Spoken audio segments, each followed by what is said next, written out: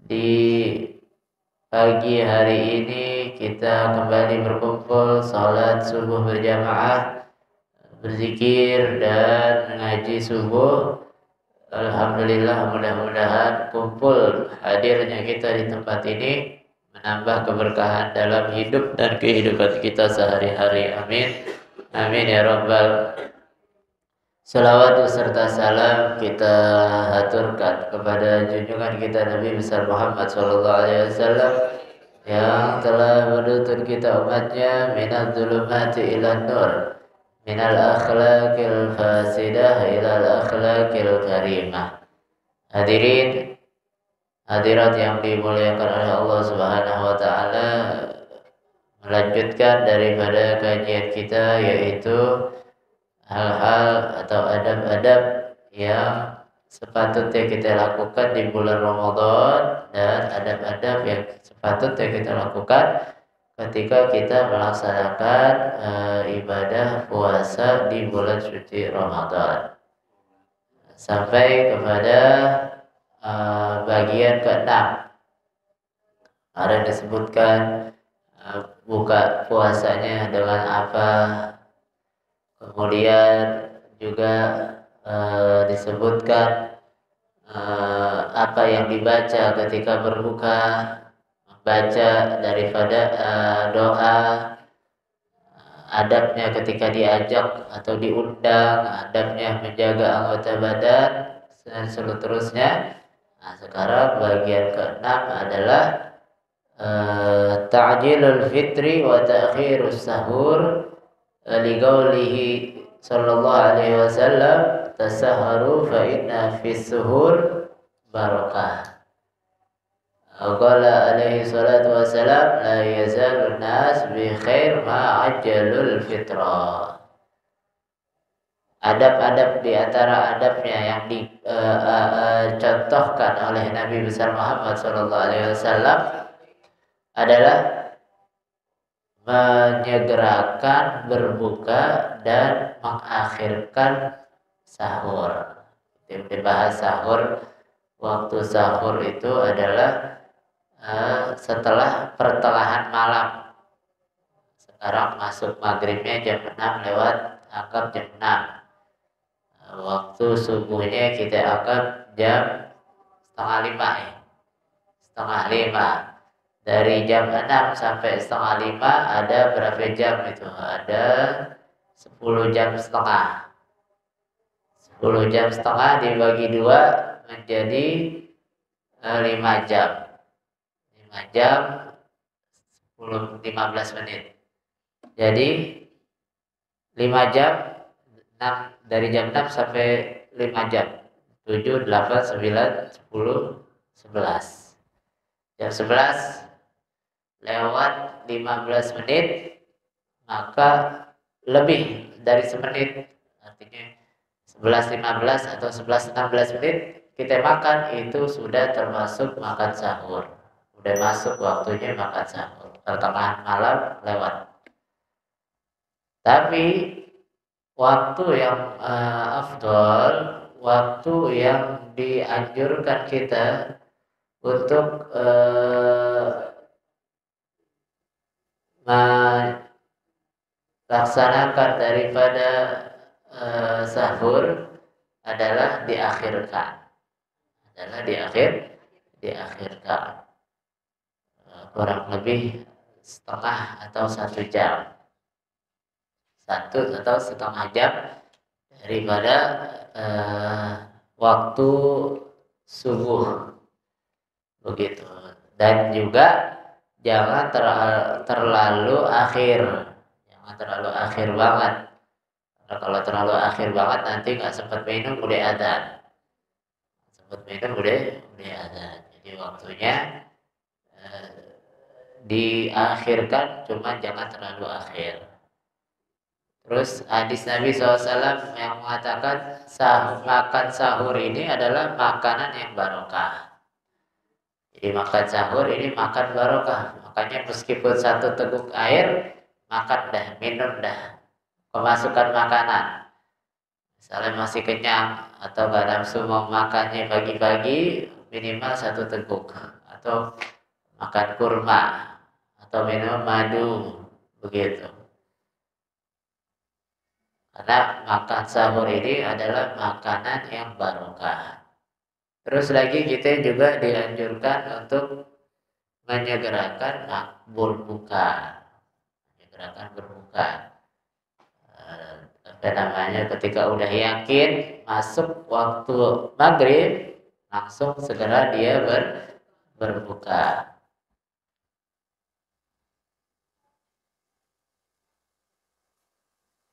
Kemudian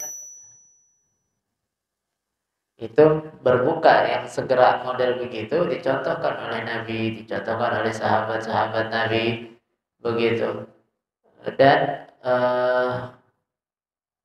mengakhirkan berbuka, artinya udah azan misalnya, udah waktunya, bukan buru-buru dibatalin, santai aja, orang masih nggak terlalu lapar, sama sekali nggak batalin, bukan nggak makan ya, tapi sama sekali nggak dibatalin, ditar-tarin. Yang semacam itu sama seperti puasanya orang-orang Yahudi sama orang-orang Nasrani. Begitu pun orang-orang Syiah, mereka mentakhirkan daripada berbuka, diakhirkan puasa bukanya setengah sampai 1 jam, diakhirkan, begitu. Malah kalau orang Yahudi atau orang Nasara atau orang Yahudi, mereka puasanya itu sekuatnya. Dia kuat sampai jam 8, 8. Kuatnya sampai jam 9, jam 9. Begitu. Jadi apa caranya berbeda, namanya doang sama puasa tapi caranya beda.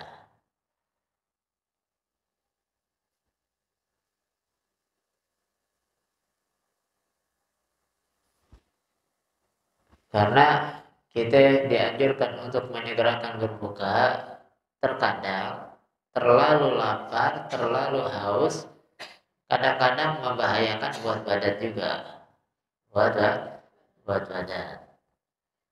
Nah, makanya harus disegerakan untuk berbuka. Ini sekelumit daripada hal-hal yang kita dianjurkan untuk mengamalkan daripada adab-adab berpuasa. Ada 6 tuh. Yang terakhir yang 5 dan 6 adalah berbuka segera, sahur diakhirkan. Sekarang kita masuk faslur rabi fi ma yustanabu fi. Bagian keempat, hal-hal yang kita harus hindari ketika kita berpuasa adalah macam-macam, aneka ragam, bahwa anwa ahaduha. Yang pertama ialah al-wisal, nyambung puasa. Nabi SAW menyebutkan di dalam hadisnya, nah Rasulullah SAW anil wisal. Faqala rajulun minal muslimin fa innaka ya Rasulullah tuwasil. Qala Rasulullah SAW wa ayyukum mithli inni abitu yut'imuni rabbi wa yiskini. Falamma abaw ayyantahu anil wisal wa salla bihim yawman thumma yawman. Sumarawi hilal faqala law ta'akhkhara hilalu lazidtukum kal mudakkil lahum hina abaw ayyantahu. Itu Nabi melarang yang namanya wisal. Jadi puasanya nyambung, malam terus gak makan. Malam terus gak makan sampai ketemu lagi, mungkin waktu fajar. Nah, Nabi wisal, Nabi puasanya nyambung terus.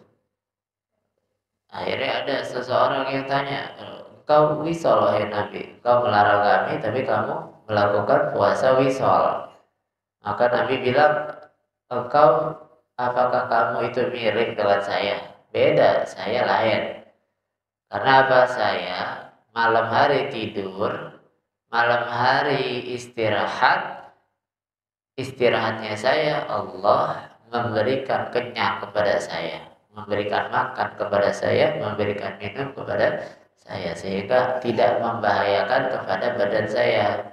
Kalau kamu beda, kamu lapar, benar-benar lapar, ya siapa yang mau kasih makan, kan gitu. Tuhannya nggak ngasih makan langsung karena bukan nabi. Jadi min khususiyati Nabi Muhammad SAW. Jadi ada perkara yang hanya khusus boleh dilakukan oleh nabi. Ada yang perkara umum kita boleh juga meniru seperti apa yang ditiru dan nabi. Contohnya sholat witir, sholat duha, bagi kita itu sunnah, bagi Nabi wajib. Kalau meninggalkan wajib. Kalau witir berarti meninggalkan kewajiban. Nabi nggak boleh terima sodako. Kita bisa terima sodako. Artinya Nabi kalau terima sodako haram begitu. Jadi ada beberapa yang khusus hanya untuk Nabi. Nabi boleh nikah sampai 9 atau 11. Kalau kita boleh nikah 9 atau 11 begitu. Jangankan 9 11, 2 aja udah dilarang sama bininya begitu. Jadi ada amalan-amalan perilaku-perilaku yang khusus untuk Nabi.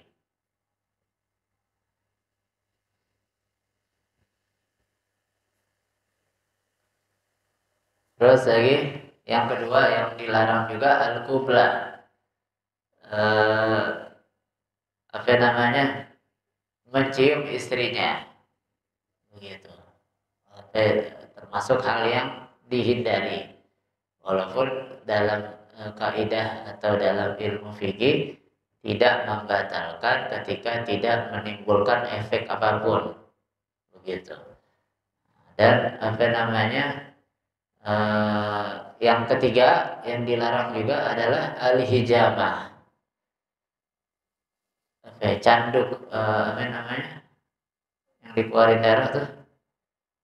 Al-hijamah, canduk yang di kop pakai darahnya tuh apa namanya?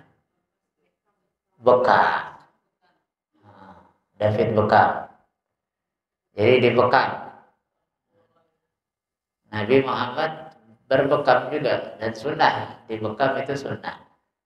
Cuma kalau dalam keadaan puasa orang bekam itu bikin lemas, nanti takut membahayakan badannya. Jadi bekam itu tidak dianjurkan, dilarang karena menimbulkan lemas bekam. Terus lagi yang keempat adalah pakai celak dalam keadaan puasa. Siang-siang, kalau pakai celaknya dari malam nggak apa-apa ya. Walaupun ada yang mengatakan pakai celak ini tidak membatalkan puasa karena mata bukan termasuk anggota badan yang berongga, yang terbuka begitu, tidak dianggap. Tapi ada juga yang beranggapan mata ini termasuk anggota badan yang berongga, sehingga apapun yang masuk melalui mata menurut pendapat yang ini adalah batal. Begitu. Untuk menghindari itu maka lebih baik nggak usah pakai celak. Dan pakai celak ini sunnah laki-laki perempuan. Tapi kalau laki-laki niatnya hanya untuk meniru Nabi, bukan biar berhias. Kalau niatnya berhias orang, karena ini bercelak ini salah satu daripada syu'un yang perempuan. Salah satu perilaku yang dilakukan oleh perempuan.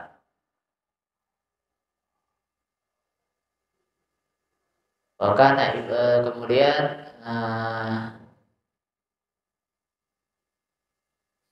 yang kelima adalah al-intishaq fi wudhu. Apa namanya? Masukin air ke dalam hidung. Karena kalau wudhunya yang sunnah yang benar itu kan airnya dimasukkan ke dalam hidung. Terus habis itu dikeluarin lagi. Sambil baca doa, Allahumma inni a'udzubika min ra'ihid nar wa su'iddar. Terus Allahumma arihni raihatal jannah. Ketika memasukkan Allahumma arihni raihatal jannah. Ketika mengeluarkan Allahumma inni a'udzubika min raihin nar wa su'idar. Itu doanya ketika membasuh hidung. Nah, semuanya ada doanya. Kumur-kumur ada doanya.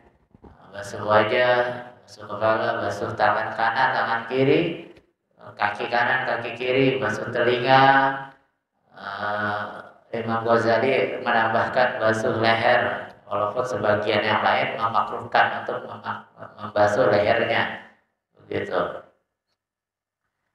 Nah, kalau dia baca semua doa-doa di dalam wudhu itu, maka kharajat min jasadihi al-khataya, keluar dari badannya semua kesalahan dosa-dosa berguguran berbarengan dengan aliran air wudhu.